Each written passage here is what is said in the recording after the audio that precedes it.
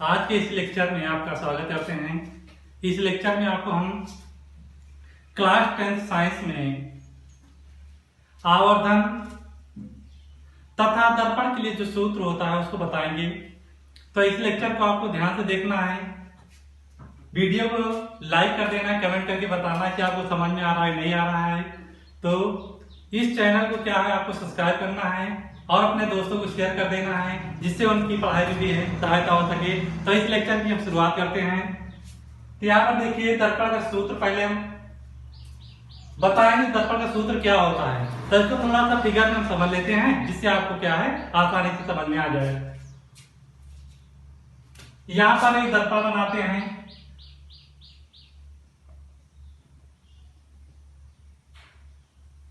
और दर्पण को जो मुख्य अक्ष वाली रेखा है जहां पर काटती है उसे क्या बोलते हैं, पी पोल ध्रुव बोलते हैं। और ये क्या है, मुख्य अक्ष है, मुख्य अक्ष। अब देखिए इसको अगर एक गोले के रूप में मान लिया जाए तो इसका केंद्र कहीं यहां पर होगा। इस पर एक वस्तु रखी है और इस वस्तु से प्रकाश किरणें ऐसे जा रही हैं, इस वस्तु से प्रकाश किरणें ऐसे जा रही हैं।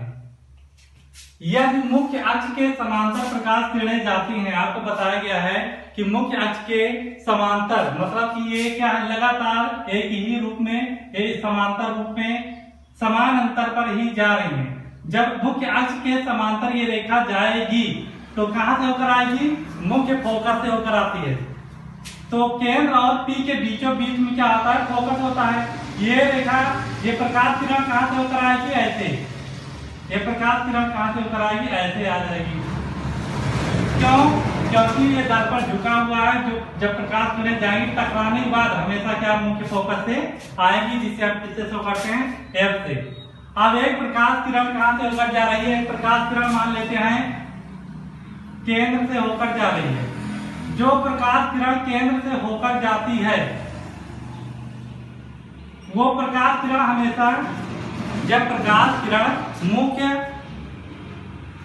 वक्रता केंद्र से होकर जाती है तो हमेशा कहां से वापस आती है, उसी दिशा में वापस लौट जाती है। क्योंकि दर्पण ऊपर की ओर झुका है, प्रकाश किरण आई टकराने के बाद उसी दिशा में वापस हो गई।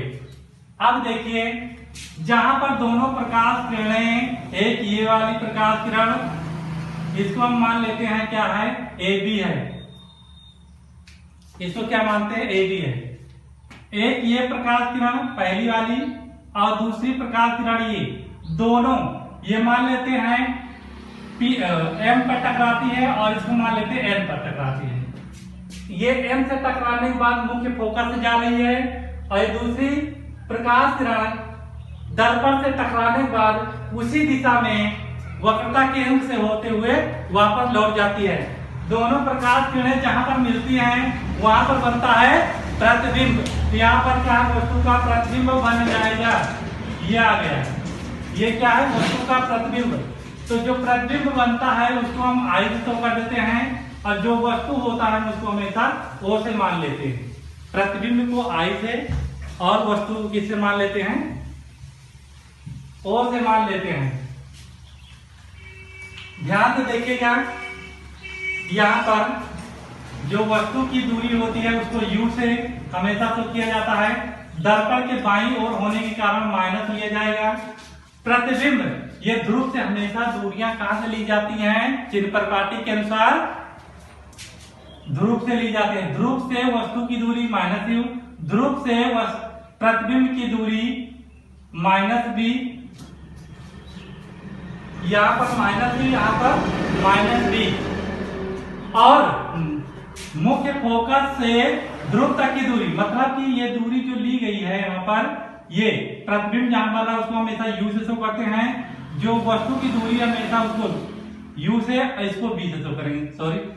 अब देखिए दोनों दर्पण के बाईं ओर हैं, इसलिए क्या है, सब माइनस में होंगे। मुख्य फोकस से ध्रुव तक की दूरी को हम किससे शो करते हैं, एफ से। तो ये दूरी हम किससे शो करेंगे, एफ से शो करेंगे। यहां पर लगा देंगे माइनस। माइनस का मतलब क्या, दर्पण की बाईं ओर है इसलिए क्या है, माइनस लिया जाएगा। क्लियर। आप देखिए यहाँ पर, तो इसके लिए देखिए वस्तु की दूरी है, देखिए यदि दर्पण के ध्रुव से वस्तु की दूरी u, प्रतिबिंब की दूरी v और मुख्य फोकस की दूरी f है, तो फार्मूला ये आपको याद करना है, क्योंकि इंटरमीडिएट में आप बहुत इसको क्या है इसका प्रूफ है, तो वहां पे पढ़ना है। यहाँ पे केवल आपको फार्मूला याद कर लेना है। हाईस्कूल में केवल फार्मूला ही दिया गया है, तो आपको इसको ही लिखना है। तो दर्पण के लिए यही सूत्र होता है, ये अवतल दर्पण या उत्तल दर्पण, दोनों के लिए यही सूत्र लगेगा, चाहे उत्तल दर्पण हो चाहे अवतल दर्पण हो। ये दर्पण के लिए सूत्र लिख दिया गया है। अब देखिए हम आपको बताएंगे आवर्धन, मतलब रेखीय आवर्धन या आवर्धन।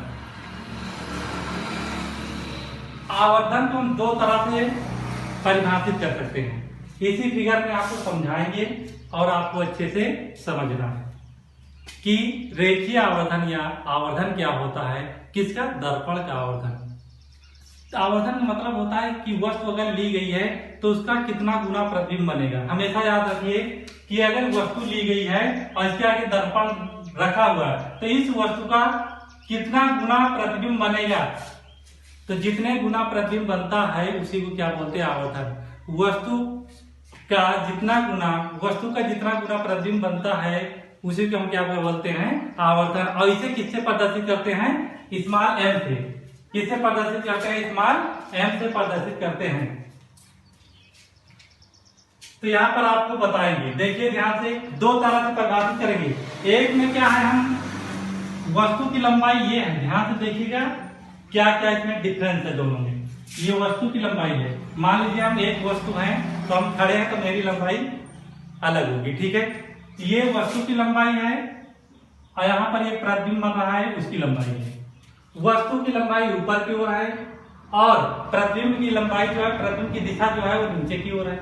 और दिशा किससे ली जाती है, मुख्य अक्ष से। मुख्य अक्ष से ऊपर की ओर वस्तु है, नीचे की ओर प्रतिबिंब, दोनों क्या विपरीत दिशाओं में। तो जब वस्तु की लंबाई तथा प्रतिबिंब की लंबाई ली जाएगी, ये वस्तु की लंबाई है, ये प्रतिबिंब की लंबाई है, दोनों की लंबाई के अनुसार हम इसकी डेफिनेशन देंगे, परिभाषित करेंगे। तो क्या होता है, प्रतिबिंब की लंबाई तथा वस्तु की लंबाई के अनुपात को, ये प्रतिबिंब की लंबाई I है, ये दिख रहा है, वस्तु की लंबाई क्या है, O है। तो प्रतिबिंब की लंबाई वस्तु की लंबाई के अनुपात को क्या बोलेंगे, हम रेखीय आवर्धन बोलेंगे। अब दूसरी तरह कैसे हम परिभाषित कर सकते हैं, दर्पण के ध्रुव से, मतलब दर्पण के ध्रुव से वस्तु की दूरी और प्रतिबिंब की दूरी, मतलब ये यहाँ पर देखिए ये प्रतिबिंब की दूरी है, ये ध्रुव से लेना है, ध्रुव से ये वस्तु की दूरी है बड़ी वाली, यहाँ पर देखिए वस्तु की दूरी है, और यहाँ से यहाँ तक पर क्या है, प्रतिबिंब क्या बन रहा है, प्रतिबिंब की दूरी। तो वस्तु की दूरी u और प्रतिबिंब की दूरी v, इसके अनुसार अगर परिभाषा लिखेंगे तो क्या है, दर्पण के ध्रुव से प्रतिबिंब की दूरी तथा वस्तु के बीच की दूरी का अनुपात क्या कहलाता है, आवर्धन कहलाता है। तो इस हिसाब से जब आवर्धन लिखेंगे, m बराबर ध्रुव से प्रतिबिंब की दूरी और क्या है, वस्तु की दूरी, यहाँ पर इसको u से दिखा रहे हैं। अब इसको क्या है, यहाँ पर ऋण द्वारा प्रदर्शित किया गया है, किसके द्वारा, माइनस द्वारा प्रदर्शित किया गया है। तो ये क्या है, दोनों डेफिनेशन आपको क्या है, तैयार कर लेना है, इसमें कोई दिक्कत नहीं है। जब हम प्रतिबिंब और वस्तु की दोनों की लंबाई के हिसाब से लेंगे, इसके लंबाई और इसके लंबाई के हिसाब से लेंगे, तो आवर्धन किसमें आएगा, इसमें आ जाएगा I/O। अगर हम वस्तु के बीच की दूरी और प्रतिबिंब के बीच की दूरी ध्रुव से लेंगे तो उसके अनुपात में दिखाएंगे तो आवर्धन ये होता है। तो यही क्या प्रूफ हुआ कि प्रतिबिंब जो मतलब वस्तु है उसका कितना गुना प्रतिबिंब बन रहा है। तो कोई पूछे तो आप बता सकते हैं कि वस्तु का जितना बड़ा प्रतिबिंब बनता है उसकी क्षमता जो होती है उसको क्या बोलते हैं, हम क्या कहते हैं, आवर्धन कहते हैं। तो ये आप लोग इसको कॉपी कर लीजिए, नोट्स कर लीजिए, अच्छे से समझ लीजिए, क्योंकि इसके बाद आपको पढ़ाएंगे प्रकाश का अपवर्तन, इसको आपको ध्यान से देखना है।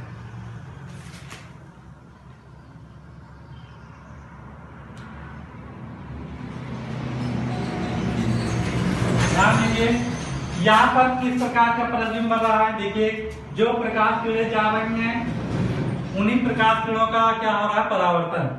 तो वही प्रकाश किरणें अगर वापस लौट कर मिलती हैं तो वास्तविक प्रतिबिंब बनता है। आभास तो कर नहीं रहे हैं, यहाँ पर वास्तविक प्रतिबिंब बनता है। तो बताइए वास्तविक प्रतिबिंबों के लिए हमेशा प्रतिबिंब की लंबाई किसमें ली जाएगी? माइनस में।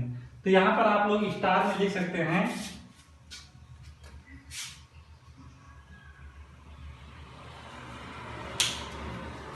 वास्तविक प्रतिबिंबों के लिए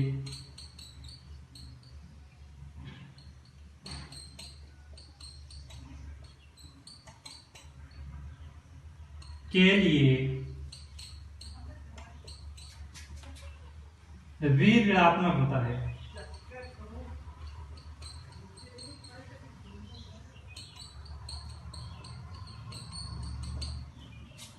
और यहां पर लिखेंगे आभासी प्रतिबिंबों के लिए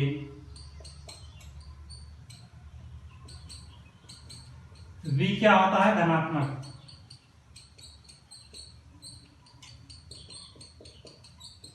और तो मुख्य फोकस वगैरह तो आप लोग जब हम डायग्राम बनाते हैं किसका? दर्पण का, तो उसमें आप लोग खुद ही जान जाते हैं। अगर ऐसे बना दिया डायग्राम तो फोकस उधर चला जाता है वस्तु, लेकिन हमेशा क्या है? चिंतन पार्टी के अनुसार हमेशा बाईं ओर होता है, अर्थात वो ऋण में ही हमेशा होगा। तो ये आप लोग नोट कर लीजिएगा। इसके बाद जो अगला लेक्चर होगा उसमें आपको प्रकाश के अपवर्तन पढ़ाएंगे, तो उसको तो आपको ध्यान से देखना है। अब अगर लेक्चर आपको समझ में आया, अच्छा लगा वीडियो, तो आप लाइक कर दीजिए, कमेंट कर दीजिए, सब्सक्राइब कर दीजिए, बेल आइकन को प्रेस कीजिए, जिससे सारे वीडियो आपको टाइम से टाइम मिलते रहे। जय हिंद।